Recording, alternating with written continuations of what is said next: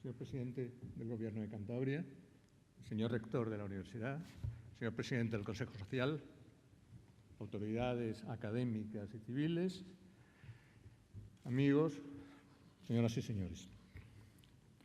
Lo primero que quiero empezar diciendo es expresar públicamente mi agradecimiento a la Universidad de Cantabria y a su rector en particular por haberme invitado a dictar esta conferencia que inaugura el curso presente en la Universidad de Cantabria. Es para mí un enorme honor estar aquí y lo agradezco muchísimo. ¿Qué puedo decir de la presentación del profesor Pazos? Puedo decir primero que se lo agradezco mucho y segundo que exagera enormemente. Eso yo creo que los presentes lo han podido apreciar, pero las exageraciones gustan. Así que, querido colega, te lo agradezco mucho. De lo que quería hablar hoy se titula, como habéis visto, La investigación en la Universidad Española y añado, más luces que sombras. En los últimos años se han publicado informes detallados y de alta calidad sobre la Universidad Española. Mi intervención aquí tiene un carácter mucho más personal.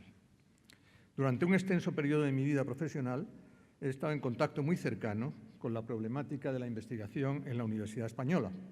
Esto tiene sus ventajas y sus desventajas a la hora de analizar la situación actual. La ventaja obvia es que uno conoce bastante el problema, incluyendo el lado interno, a veces oscuro, de las cosas.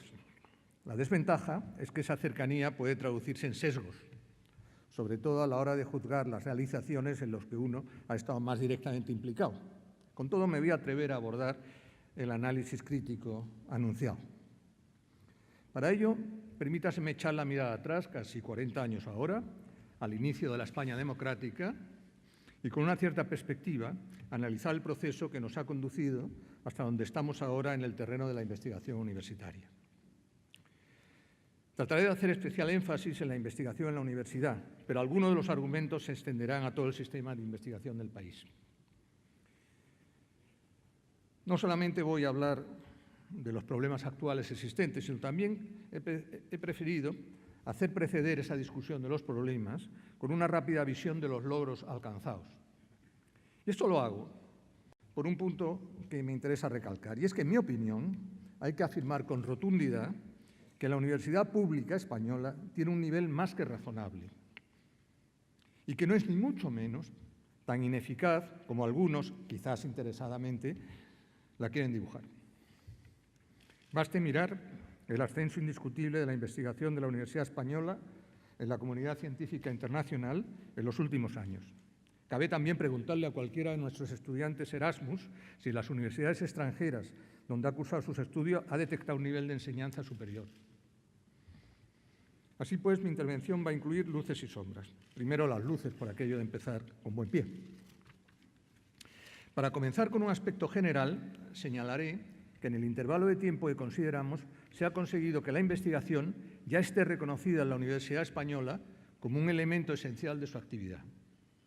Esta afirmación causaría sorpresa en la mayor parte de los países de nuestro entorno, pues han sido precisamente aquellas que destacaban por sus logros investigadores las universidades más prestigiosas.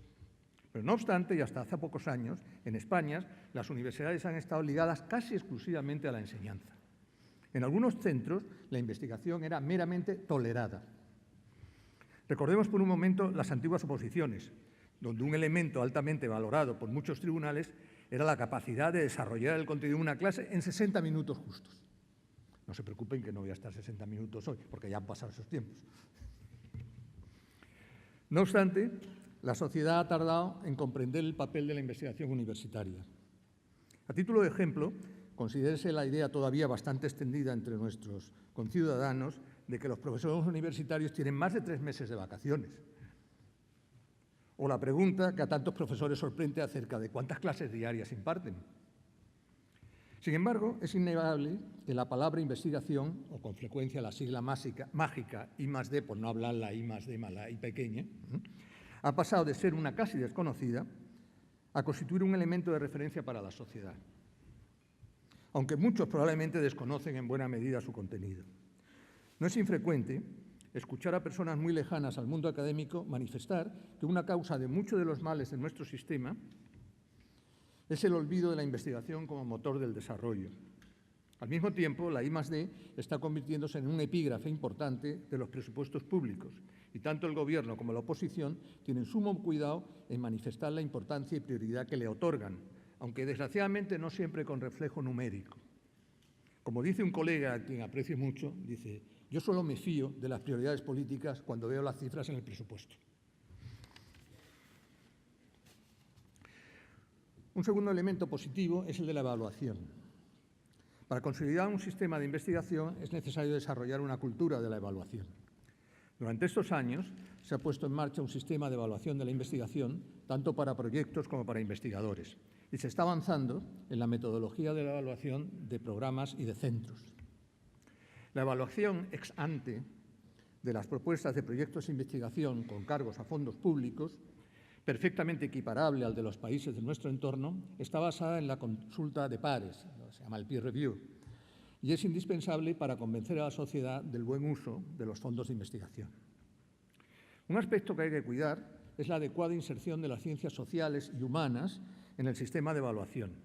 Mientras algunos dominios de estas áreas, por ejemplo la teoría económica, son totalmente equiparables en cuanto a procedimientos de evaluación a las ciencias experimentales, otras requieren procedimientos propios que, reconociendo sus características, salven siempre los principios generales de relevancia universal de la investigación y de calidad acreditada externamente. La evaluación individual de los investigadores, conocidas como los sexenios o más festivamente como los gallifantes, es, por el contrario, una iniciativa desarrollada y diseñada en nuestro país, aunque alguna vez imitada por otros. Es importante recalcar que los sexenios nunca pretendieron evaluar la excelencia, sino establecer unas cotas mínimas para reconocer la realización de una investigación aceptable por parte de miles de profesores. Sin embargo, llama la atención que, aun con estas pretensiones mínimas, aproximadamente un 30% de los profesores de la universidad no parecen realizar investigación reconocible. Por ello, los sexenios han introducido en la cultura universitaria como marchamo de suficiencia investigadora. En cambio, es muy preocupante su no infrecuente utilización como índice de calidad de la investigación. Recuérdese por un momento el uso de los mismos como condición suficiente para otorgar una acreditación. Es un ejemplo de malas prácticas. Lo que debía ser una condición previa para la acreditación se convierte en un marchamo de calidad. Otro aspecto positivo del sistema de investigación en nuestro país ha sido la política continuada y, a mi juicio, exitosa de formación de personal investigador. Una parte especialmente importante fue la introducción de la formación de personal a nivel postdoctoral, que envió a instituciones extranjeras prestigiosas a un elevado número de nuestros aspirantes a investigador. Esta acción fue complementada eficazmente por programas de reincorporación con mención especial para el justamente aclamado programa Ramón y Cajal. Nunca ha habido ni de lejos un conjunto de jóvenes especialmente esperanzador es la creciente concienciación de las comunidades autónomas respecto a la importancia de la investigación en sus territorios. Prácticamente todas las comunidades autónomas dedican ahora parte de su presupuesto a actividades de I+D, unas con más énfasis en la investigación fundamental y otras con el centro de gravedad en la innovación. Ustedes conocen bien el programa Augusto González Linares, financiado parcialmente por la Universidad de Cantabria, a través de la iniciativa de Cantabria Campus Internacional, por no hablar de la cofinanciación que realiza la Comunidad de Cantabria de equipos que hoy me han impresionado en mi visita de una forma excepcional en el Instituto de Hidráulica. Quiero resaltar también que hay dos comunidades, Cataluña y el País Vasco, que a través de sendos programas específicos, con un importante monto económico, han hecho una apuesta especial para la atracción de talento nacional y extranjero a sus centros de investigación, incluido, por supuesto, sus universidades, realizando esta atracción por medio de convocatorias muy competitivas en el ámbito internacional. Esta apuesta por la excelencia está empezando a dar frutos muy concretos, por ejemplo, en los éxitos cosechados en las muy competitivas convocatorias europeas del European Research Council. Paso a sombras. La mayor sombra que se cierte actualmente sobre el sistema de I+D y sobre la investigación universitaria en particular es la reducción dramática que han experimentado los fondos de subvención a la investigación en el periodo 2009-2013. El gasto total recogido en dichos presupuestos generales, según datos de la COSDE, descendió en dicho periodo alrededor de un 30%. Esto es especialmente grave por cuanto da lugar a un profundo desánimo de los investigadores, particularmente entre los más jóvenes. Se corre el peligro de no aprovechar adecuadamente el capital humano acumulado en los años anteriores. No hay que olvidar que la investigación en la Universidad Española representa un equilibrio frágil y que determinadas disfunciones pueden volverse irreversibles. Una tendencia desafortunada que prevalece entre los grupos humanos es culpar al mundo exterior de todos los males que puedan acontecer. En el caso de la Universidad Española, sería un grave error adoptar esta postura, achacando todas las dificultades presentes a la cortedad de mira de los gobiernos o a los errores de planificación de las fuentes de financiación.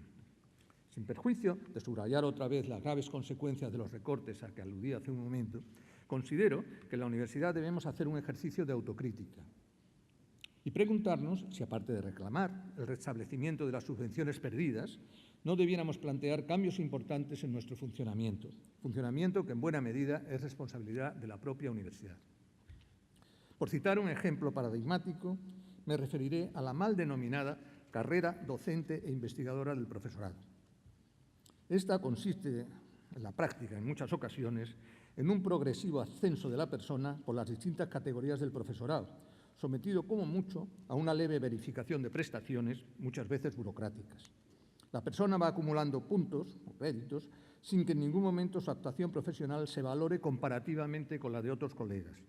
Si una persona se conduce razonablemente, da sus clases, de vez en cuando está en una comisión e incluso investiga discretamente, ¿por qué impedirle a que llegue a catedrático cuando le toque, en una escala basada especialmente en la supervivencia? Una consecuencia del planteamiento anterior es que la mayor parte de las universidades ha lanzado programas, a veces denominados de promoción interna de su profesorado. Esta promoción ha sido prácticamente automática si la persona recibía la denominada acreditación. A veces se compara nuestra acreditación con la habilitación alemana para la docencia universitaria, pero hay una diferencia fundamental. En Alemania, estar habilitado a, digamos, catedrático es una condición necesaria para concursar a una plaza de catedrático en cualquier universidad del país. Pero en España muchos la consideran condición suficiente para solicitar e incluso exigir en ocasiones una plaza de ese nivel en la propia universidad. Por tanto, las analogías son muy tenues. Los grotescos simulacros de los posteriores concursos de acceso, donde el frecuentemente único aspirante llega hasta a sugerir los miembros de su propio tribunal, no hacen sino subrayar la ineficacia de este procedimiento. Esto ha conducido en muchas universidades a una notable inflación en el gasto de plantilla, rara vez planificada en función de las necesidades docentes e investigadoras de la institución. Incluso en algún caso, los programas de jubilación anticipada se han pervertido. Los fondos así generados, en vez de utilizarse para la contratación de nuevo profesorado joven, objetivo inicial reconocido y más que encomiable, se han utilizado en buena medida para recortar el déficit generado por la mencionada inflación debida a la promoción interna. Para ayudar a la universidad a solventar estos problemas, se requieren medidas externas de estímulo que faciliten la búsqueda de la calidad y ayuden a la universidad a enfrentarse con las fuerzas internas que siempre tienden al inmovilismo. No hace mucho yo escribía en el diario El País una analogía un tanto festiva con el segundo principio de la termodinámica. Si la universidad funciona aisladamente, inevitablemente crece su entropía. O dicho de otra forma, tiende a la uniformidad, cualidad contraria a la excelencia. La única forma, como sabe la termodinámica, de aumentar la excelencia es disminuir la entropía, y eso solo puede conseguirse convirtiendo el sistema de aislado en abierto. A nuestro juicio, actuaciones tales como la utilización de los sexenios ya mencionada, la Fundación ICREA en Cataluña, los programas propios Ramón y Cajal, han ido en esta línea de hacer disminuir la entropía del sistema. Pero la búsqueda de la calidad puede también apoyarse mediante normas internas que faciliten la actuación de la propia institución universitaria. Muchos, propios y ajenos, piensan que una universidad de calidad requiere ahora, en este momento, un cambio en la gobernanza de la institución. Si, como es el caso, las autoridades académicas son elegidas directamente por sus gobernados, no es aventurado augurar un futuro problemático a aquellas autoridades que intenten modificar las derivas anteriores en política de personal. Por ejemplo, con la actual composición y funcionamiento de los consejos, Es muy difícil que un director de departamento consiga atraer profesores de calidad de otro lugar para cubrir un hueco docente o investigador por delante de los intereses personales de promoción de los miembros actuales del departamento. Por otra parte, ¿cuán larga permanencia en el cargo podría augurarse a un rector que intentase cerrar departamentos científicamente improductivos o concentrar o suprimir enseñanzas con números de alumnos muy bajos? Para definir una nueva gobernanza caben, por supuesto, muchas variantes. Me limitaré a una observación en lo que concierne al nombramiento del rector. Si las consideraciones anteriores apuntan a la necesidad de desvincular las decisiones del rector de los intereses personales de sus gobernados, no es menos importante a la vez asegurar al rector una capacidad de actuación propia independiente de sus administraciones financiadoras. Fórmulas de todo tipo que aseguran ambas condiciones existen en las universidades de los países de nuestro entorno y, como en tantas otras cosas, basta estudiar y copiar. Paso ahora a referirme brevemente a algunos problemas que constituyen también sombras, pero para el conjunto del sistema investigador español, no específicamente para la universidad. El primero de tales problemas es, a mi juicio, la insuficiente interacción de la I con la D, de la investigación con el desarrollo. Suele decirse con razón que la sociedad debe beneficiarse de los resultados de la investigación científica. A este respecto hay que añadir que el aumento de la competitividad tecnológica de las empresas, con ser importante, no constituye el único objetivo imaginable de tal beneficio. También el aumento de la calidad de vida de los ciudadanos es un objetivo importantísimo. De hecho, es muy difícil concebir la adopción de decisiones eficaces y atinadas en políticas públicas relacionadas con temas como la salud o el medio ambiente, sin la existencia de un previo conocimiento científico de las posibles alternativas para la resolución de los problemas planteados. Este tipo de investigaciones tiene un valor añadido especial, debido a que sus resultados no son duplicables en otros lugares. No es fácil imaginar que la resolución de los problemas de contaminación del Mediterráneo o los relacionados con las pesquerías vayan a solventarse utilizando solamente los datos de investigadores estadounidenses. Sin embargo, dado que este tipo de trabajo, aunque tenga una gran importancia para la sociedad, no repercute directamente en beneficios empresariales, es difícil pensar que pudiera recibir soporte adecuado en un escenario altamente privatizado del sistema. Es, por lo tanto, un magnífico ejemplo para la necesidad de la financiación pública de la investigación. Quisiera decir dos palabras referente al papel de la investigación básica, en particular al beneficio que puede derivarse para la industria del desarrollo estrictamente científico. Vienen a mi memoria las palabras del vicepresidente de una muy importante compañía de informática del Reino Unido en una reunión de la European Science Foundation en Londres hace unos años. Decía el vicepresidente de esta compañía, dice, lo que a nuestra compañía le interesa fomentar es la colaboración con científicos que tengan el máximo nivel en su campo, como fuente de nuevas ideas. Dice, el resto ya sabemos hacerlo nosotros mejor. Me sublevan, decía, aquellos científicos mediocres que tratan de justificar su mediocridad afirmando que trabajan para mí. También recuerdo las afirmaciones del presidente de otra empresa, esta vez española, cuando decía que le interesaba que los laboratorios públicos de las universidades o del CSIC fueran punteros en sus áreas por dos motivos fundamentales. Como cantera de consultores para su compañía, figura poco desarrollada en España hasta la fecha, y como socios posibles para desarrollos de proyectos conjuntos de I+D. Verán ustedes que estas actitudes contrastan con las todavía frecuentes declaraciones, que yo me atrevería a llamar tercermundistas, en las que algunos llegan a comparar la investigación básica con el sexo de los ángeles, aunque no se aclara mucho la relación que puede existir entre la biología molecular o la física del plasma y la anatomía de tan celestiales criaturas. Sea el aprovechamiento por parte de la sociedad de un tipo o de otro, está claro que en el momento presente los canales de comunicación entre la investigación en los centros públicos y las empresas son manifiestamente mejorables. Permítaseme aquí una pequeña reflexión fruto de varias experiencias en este campo. La estrategia habitual de interacción industria-universidad es la de una visita inicial de los clientes, vamos a decir, del sector productivo, a un centro investigador universitario para intentar descubrir sus capacidades tecnológicas. Sin embargo, mi experiencia me dice que parece dar mucho mejor resultado al contrario, a saber, una fase inicial consistente en el planteamiento por parte de la empresa de sus necesidades en materia de investigación, de sus problemas, y el análisis por parte del grupo, del centro público, la universidad, de cuáles de estos problemas son abordables con los conocimientos y las infraestructuras del centro. Naturalmente, este último planteamiento requiere un compromiso de confidencialidad por parte de los investigadores, que a veces puede chocar con otros intereses de los mismos y eso puede conducir a problemas. Pero mi experiencia es que este camino es mucho más adecuado. En esa misma línea, como he dicho antes, se echa de menos en España la existencia de consultores científicos. Esa figura, muy frecuente en otros países, se refiere a científicos de alto prestigio que llegan a un acuerdo con una empresa para actuar como asesores de alto nivel en temas de interés estratégicos para la misma. La empresa se beneficia de una opinión altamente cualificada y reservada en asuntos de importancia y el científico obtiene un soporte económico importante, no solo para sí mismo, sino también para su grupo de investigación. Es una especie de artículo 83, pero que no requiere realizar investigación, sino simplemente informar o recomendar, siempre confidencialmente. Quiero subrayar aquí que estos razonamientos incluyen ciertamente las ciencias sociales y humanas.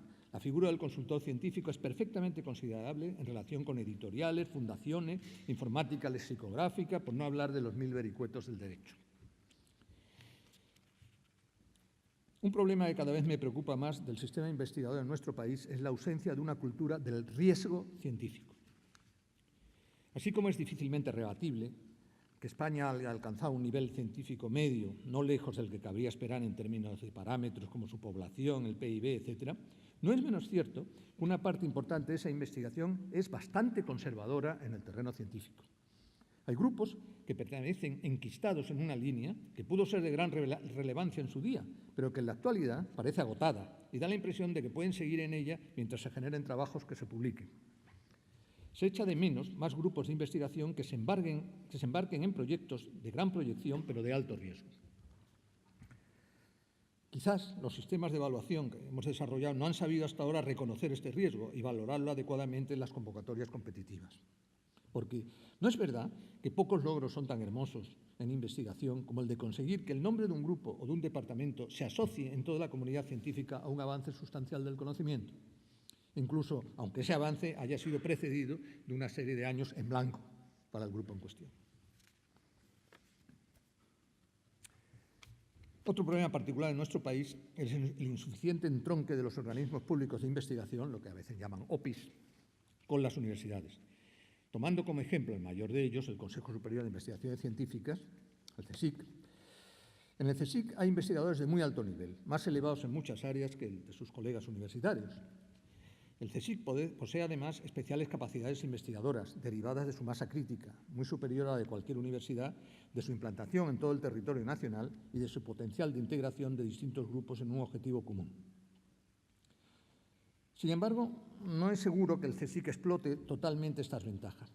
Muchos de sus investigadores desarrollan proyectos de investigación en todo análogos a los que se llevan a cabo en la universidad, sin utilizar quizás el valor añadido de la institución.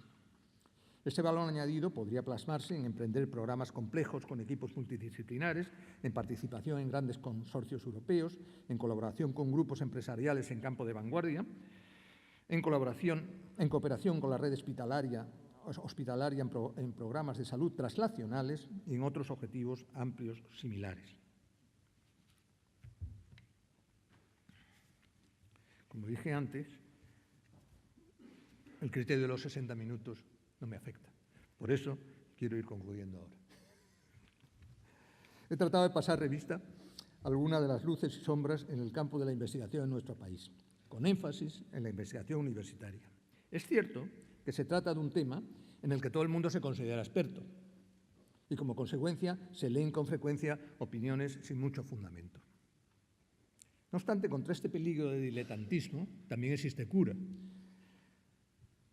Cuando la polémica sobre el origen de las especies de Darwin inflamaba a la sociedad británica, la Royal Society tomó el acuerdo de no permitir intervenir en sus debates sobre esta materia a aquellas personas que no hubieran descrito previamente al menos 2 especies. Excelente criterio, a mi juicio, que bien merecería extrapolarse quizás a nuestro entorno. No obstante, creo que hay una sólida mayoría en torno a la necesidad de ciertos cambios que he procurado subrayar anteriormente, desde la mejora de la gobernanza de las universidades hasta el fomento de las interacciones de la investigación universitaria con el sistema productivo y con los organismos que diseñan políticas sectoriales. Algunos de estos cambios requieren intervención externa en forma de normativa. Otros son responsabilidad específica de nuestras universidades. No olvidemos que los cambios en este terreno siempre dará lugar a que haya colectivos que se sientan perjudicados, aunque a veces su descontento esté basado en supuestos derechos indefendibles. Y ello no debe ser obstáculo para emprender con tenacidad las iniciativas pertinentes para implementar los cambios que sean necesarios. Acabo con la misma frase con la que empecé. En el momento presente, ¿más luces que sombras o más sombras que luces?